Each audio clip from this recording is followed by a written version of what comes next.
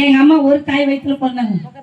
அவரு படிச்சவர், நான் படிக்கல. அவர் படிச்சாரு. எங்க அம்மா பண்ணா இந்த ஊர்ல வாழ்ந்தவர். எங்க அம்மா எங்க அப்பா அந்த காலத்துல ஒரு மாட்டு வண்டி வச்சிருப்பாங்க. அந்த மாட்டு வண்டிக்குள்ள எங்களுக்கு 3 அண்ணன், நான் ஒரு தங்கச்சி. அந்த மூலியத்துல கர்த்தர் இன்றைக்கு கணவரை திருமணம் ஆகி இப்போ பாப்பா இங்க நின்றுச்சு. எங்க பாப்பா பாட்டு பாடினா அதுதான் தெரியும். எனக்கு 3 ஆம்பளை பசங்க பிறந்தாங்க, ஒண்ணு கூட இல்லை. 3 பெண் பசங்க தான் இருக்காங்க. அந்த பாப்பா பிறந்து 2 வயசு குழந்தை. பொண்ணு இங்க இருந்த பாப்பா பெரிய பொண்ணு 2 வயசு. சுத்தமா சொல்ற டைம் அது இருக்கும்போது இவர் எந்த பழக்கம் வந்தனால என் வீட்டுக்காருக்கு எந்த பழக்கம். அவர் நல்ல பழக்கம் என்னன்னா, எங்க ஜாதியோட அவருக்கு ரொம்ப பழக்கம் சம்சாரம். சின்ன வயசுல இருந்து நிறைய பேர் எந்த இடத்துல போனாலும் அவருக்கு வணங்க போனது ஆளே இருக்க மாட்டாங்க. சென்னையில போனாலும் சரி, சென்னையில எந்த பக்கம் போகணும், திருத்தணி எந்த ஊருக்கு போனாலும் அவர் கரெக்டா சொல்லுவார். ஆனா நம்மளுக்கு அதெல்லாம் அந்த பழக்கம் இருக்குது. ஆனா அவருக்கு ரொம்ப பழக்கம், நிறைய இடத்துல பழகுவார். பாப்பா கல்யாணம் ஆகிட்டு எனக்கு முதல்ல 3 ஆம்பளை பசங்க. பாப்பா 2 வயசு குழந்தை. நான் அப்போ திருப்பதி போயிருந்தேன். அப்போ இவரு எதுவுமே இல்லை, ஒரு ஜுரம் மாதிரி வந்துச்சு. அவ்வளோ ஜுரம் போல நம்ம காஞ்சிபுரத்தில் ஒரு ஹாஸ்பிட்டல் இருக்குது. அந்த ஹாஸ்பிட்டலில் போயிட்டு ஜுரம்னு சொல்லி போய் அட்மிஷன் பண்ணிக்கிறாங்க. அங்கே போகும்போது அந்த ஜுரம் அந்த இடத்துல அவர் வயிற்றுல ஒரு 12 கிலோ கட்டி இந்த சைடில் இருக்குது. அப்போ தான் தெரியுது ஒரு ரத்த கட்டி இருந்தது. அந்த ஹாஸ்பிட்டலில் அட்மிஷன் பண்ணிவிட்டு செக் பண்ண போது டாக்டர் சொன்னாங்க, இவருக்கு ரொம்ப பயங்கரமான பிரச்சனை, ரத்தம் பெரிய கட்டி இருக்குது. இந்த கட்டி ஒடிஞ்சிச்சுன்னு அவர் ஜீவனுக்கு ஆபத்துன்னு சொல்லிட்டு இவர் என்ன செய்யணும், இங்கே இருக்கக்கூடாது, சீக்கிரமாக எமர்ஜென்சியில் ஆம்புலன்ஸில் எடுத்துகிட்டு நம்ம ஒரு சென்னையில் ராமச்சந்திர ஹாஸ்பிட்டல் பூந்தமல்லி அந்த ஹாஸ்பிட்டலில் போயிட்டு இவர் அட்மிஷன் பண்ணாங்க. நான் திருப்பதியில் இருக்கேன். அப்போ 2 வயசு குழந்தை. எங்கே ஃபோன் வருது, இப்படி உங்கள் வீட்டுக்காரர் ராமச்சந்திர ஹாஸ்பிட்டலில் அட்மிஷன் ஆகிட்டு அவர் பேச்சு மூச்சு இல்லாமல் இருக்குது, அவர் ரொம்ப ஜீவனை ரொம்ப கஷ்டமாக இருக்குது, அவருக்கு ஜுரம் பயங்கரம் இருக்குன்னு சொல்லிட்டாங்க. அந்த இடத்துல போயிட்டு இவர் செக் பண்ணிக்கிறாங்க. எல்லாமே டெஸ்ட் எடுத்துக்கிறாங்க. எடுத்துகிட்டு இவருக்கு சீக்கிரமாக என்ன செய்யணும், ஆப்ரேஷன் பண்ணதாகணும்னு சொல்லிட்டு அங்கங்கே ஃபோன் வருது, சீக்கிரமாக உங்கள் வீட்டுக்கு ரொம்ப ரொம்ப உடம்பு சரியில்லாமல் அவர் ஹாஸ்பிட்டல் அட்மிஷன் சொல்லும்போது அப்போ இருந்தது. எனக்கு எங்கள் வீட்டுக்காருக்கு 3 தங்கச்சி. இப்போ ஆடிச்சில்ல ஒரு பாப்பா நடுவில், அது கடைசி தங்கச்சி. நடுவில் ஒரு தங்கச்சி. அந்த பாப்பா தான் முதல் ரசிக்கப்பட்டது கிரேசி. என் வீட்டுக்கார கூட பிறந்த தங்கச்சி. அவங்க தான் ரசிக்கப்பட்டு அது மூலியத்தில் தான் நாங்கள்லாம் ரசிக்கப்பட்டோம். அல்லையா? அந்தம்மா ஃபோன் பண்ணி நான் சொன்னேன், இப்படி உடம்பு சரின்னு சொல்லும்போது அந்த குழந்தை வச்சு நான் அழுந்தினே வரேன். அப்போதான் நம்ம எனக்கு எத்தனை முறை சொன்னாங்க, ஏசப்பா ஏற்றுக்க நான் ஏற்றுக்கல. ஏன்னா நான் சொல்லேன், நம்மளாம் சாராய் குடிக்கிறவங்க, ரத்தம் குடிக்கிறவங்க, பச்சை ரத்தம் குடிப்போம், எருமாடு ரத்தம், வெள்ளாட்டு கட்டு ரத்தம், சாராயம் அதுவும் ஒன்று நம்ம அம்மா அப்பா குடிப்பாங்க. இங்கிலீஷ்கார தெய்வாங்க நம்ம கும்பிடுறது இப்படி நம்ம பூ போட்டு வச்சுக்கணும். நம்ம 10 இடத்துல ஊரில் சாப்பாடு கேட்டு சாப்பிடுவோம். எங்கே கலாச்சாரம் குடிச்சிட்டு அங்கே படிக்கணும். எங்கே இருந்து அப்படியே இந்த வாழ்க்கை நம்ம வாழ்க்கை நாம் போயிட்டு நம்ம ஏசப்பாயிட்டு அப்படின்னு சொல்லுவாங்க. நான் கேட்குறதே இல்லை. ஒரு நாள் ஆண்டவர் என்ன பார்த்தாரு. ஹல்லேலூயா. இந்த ஹாஸ்பிட்டல் அட்மிஷன் இருக்கும்போது அங்கேருந்து ஃபோன் வருது, உங்கள் வீட்டுக்கு ரொம்ப சீரியஸாக இருக்குது அப்படின்னு சொல்லும்போது அப்போ தான் நான் எழுந்திக்கின்னு வரேன். அப்போ எங்கள் பாப்பா இது மாதிரி ஒரு ஜோலி கட்டிக்கின்னு எங்கள் பாப்பாவை இப்படி கட்டிக்கின்னு 2 வயசு ஆகும். நல்லா பேசுவான் 2 வயசு தான். ஆனால் பேசுவான் பெரிய பெரிய வார்த்தை மாதிரி பேசி உட்காந்து வச்சுக்கணும். உட்காந்துக்கின்னு வரோம்.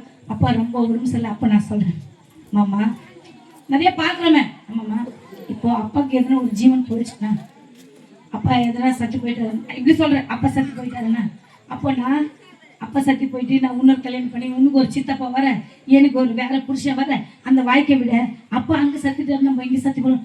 அம்மா சத்திலாமேம்மா எப்படி சாகுது? நான் என்ன செய்யறேன்னு சொல்லலாம், நான் இது கர்த்தர் கூட பேச, நான் பால் கொடுக்குறேன். அம்மா என்ன செய், இப்படியே மடியில் உட்கார வச்சுக்கணும். நான் அம்மா பால் கொடுக்குறேன், உன் தலை என் தலை ட்ரெயினில் வச்சுக்கலாம், தண்டவாளம் பட்டிக்கலாம். தாங்க ட்ரெயின் வந்து அப்பா அங்கே சத்தி போயிட்டோம், இங்கே சத்தி இல்லை, அப்போ நம்ம வாரிசே இல்லாமல் போயிடலாம். ஆமாம்மா சத்திலம்மா, அப்பா சத்திட்டாலும் நம்ம எதுக்கு இருக்கணும்? ஏன்னா நான் சொன்னேம்மா, அப்பா சத்திட்ட பிறகு நான் ஒரு கல்யாணம் பண்ணேன், அவன் குடிக்காரனோ நல்லவனோ கெட்டவனோ உனக்கு ஒரு சித்தப்பா வர, அதுல இன்னொரு குழந்தை பிறக்க இந்த அங்க வீரர் பதிலா ஒரு வழியா போயிடலாம் அப்படின்னு சொன்னேன். அந்த நீ எவ்வளவு பெரிய தெய்வம். என் கணவர் இங்கிருந்து நான் போகும்போது அவரோட நீ என்ன செய்யணும், அவர் ஜீவனுக்கு எந்த ஆபத்து இல்லாதபடி நீ பாதுகாத்தி, நான் உனக்காக கிறிஸ்துவின் பிள்ளை எதுவுமே சொல்லிட்டு அப்படி சொல்லிக்கிறேன். அன்று நான் ரயில்வே பிரிட்ஜில் ஏறி அப்போ யூனிட் அந்த வண்டி ஏறி உட்காந்து உட்காந்திம்மான்னு சொல்லி வண்டியில் உட்காந்து நேராக போயிட்டு திருவள்ளூர் இறங்கிட்டேன். திருவள்ளூர் இறங்கி அங்கேருந்து ஆட்டோ போகணும். இது அந்த இடத்துல இறங்கிட்டு அங்கே போன ராமச்சந்திர ஹாஸ்பிட்டலு லிஃப்ட்டில் போயிட்டு நான் சொன்னேன், எனக்கு தெரியாது, என் வீட்டுக்காருக்கு எந்த ஆபத்து வரக்கூடாது அப்படின்னு சொல்லிட்டு ஜெபிச்சுக்கிட்டே போகிறேன். ஜெபிச்சுட்டு போன உடனே அவர் வந்து எமர்ஜென்சி வார்டில் போட்டிக்கிறாங்க. ஐசி வார்டு 7வது பில்டிங்கில் ஐசி வார்டில் அட்மிஷன் பண்ணி நான் சொன்னேன், இப்போ நான் போகிறேன், என் வீட்டுக்காருக்கு எந்த ஆபத்து வரக்கூடாது, அவர் எழுந்து என்ன அடட்டணும், அப்போ நான் உன்னை ஏற்றுக்கிறேன். அது இல்லையா?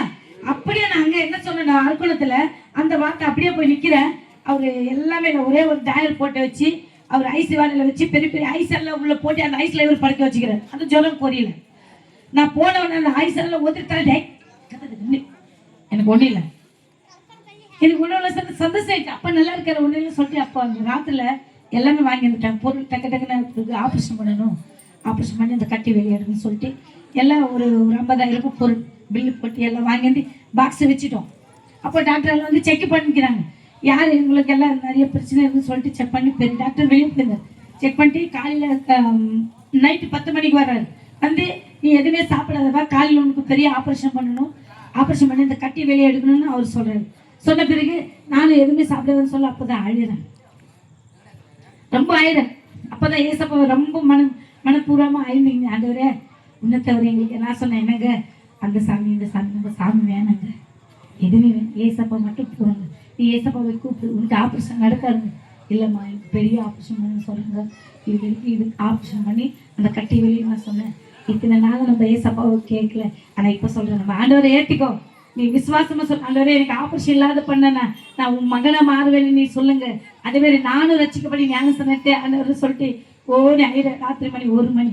அப்போ அவர் பெணத்துறாரு, அந்த ஜுரம் ஏற பயங்கரமாக பெணத்துறாரு. இது யாரும் சுத்தியாலும் வந்து ஒடிக்கிறாங்க, யாரும் என்ன அடிக்கிறாங்க அப்படின்னு சொன்ன சோதனை சொல்லுங்க, அதெல்லாம் சொல்லாதீங்க, ஏசப்பா கூட வர்றாங்க பாருங்க அப்படின்னு சொல்லி எமர்ஜென்சி வார்டில் ஒண்டிய பாப்பாவை கீழே படுக்க வச்சுட்டு ஆயிரும். அழும்போது அவர் என்ன ஒரு கேள்வி சொன்னேம்மா, ஏதோ ஒரு உருவம் வருதுமா, அந்த உருவம் என்ன அடிக்க, நான் சொன்னேன் எந்த உருவம் இல்லை, பரிசு தாவியான உருவம் தொழுகிறார், அதனால இன்னைக்கு கட்டி ஒன்றாவது சொல்லிட்டு அப்போதான் முதல் ஒரு சின்ன பாடல் சுத்தமாக பாரு.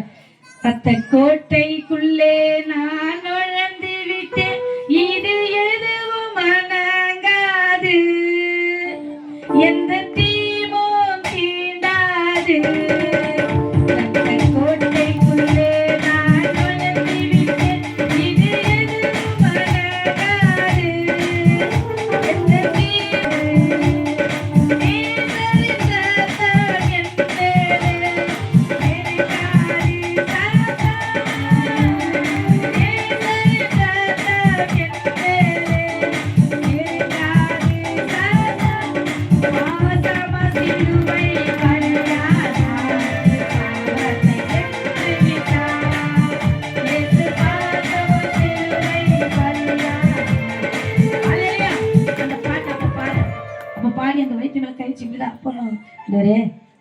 கத்தன்னு சொல்றேன். இப்பொழுது டாக்டர் போன டாக்டர் மறுபடியும் வந்தார். இவர் தான் சொன்னோன்னு 5 மணிக்கு அது செங்கோட்டையில் இருக்காருல்ல, ஐசி வார்டில் வச்சாரு.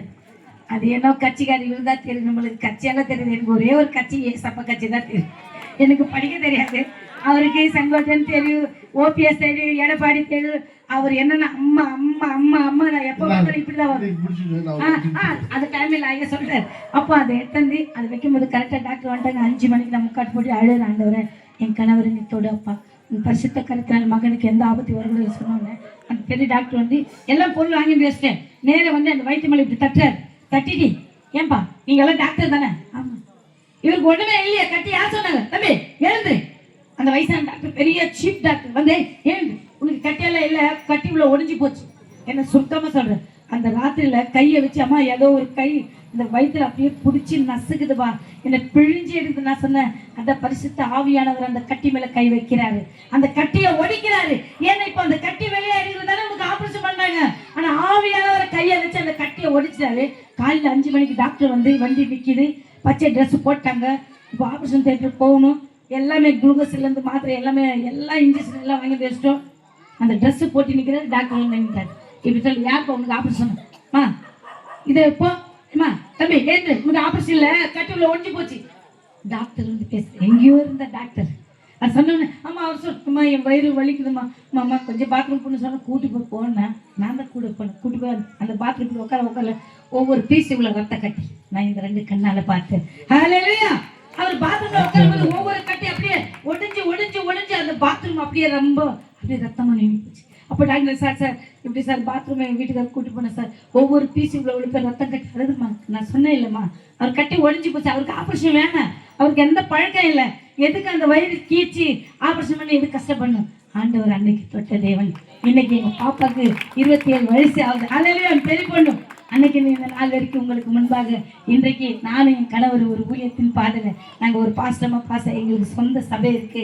எங்கள் பிள்ளைங்க தான் எங்கள் சபை பிள்ளைங்க வெளியிலேருந்து இல்லை, சொந்தம். தங்கச்சி போடணும், இன்னொரு தங்கச்சி போடணும், எனக்கு நாத்தனார் போடணும், யாருமே ஆசிரியர் இல்லை, ஒன்று தான். ஆனால் கர்த்தர் உங்களுக்கு முன்பாக இந்த சாட்சி உலகத்தில் வந்து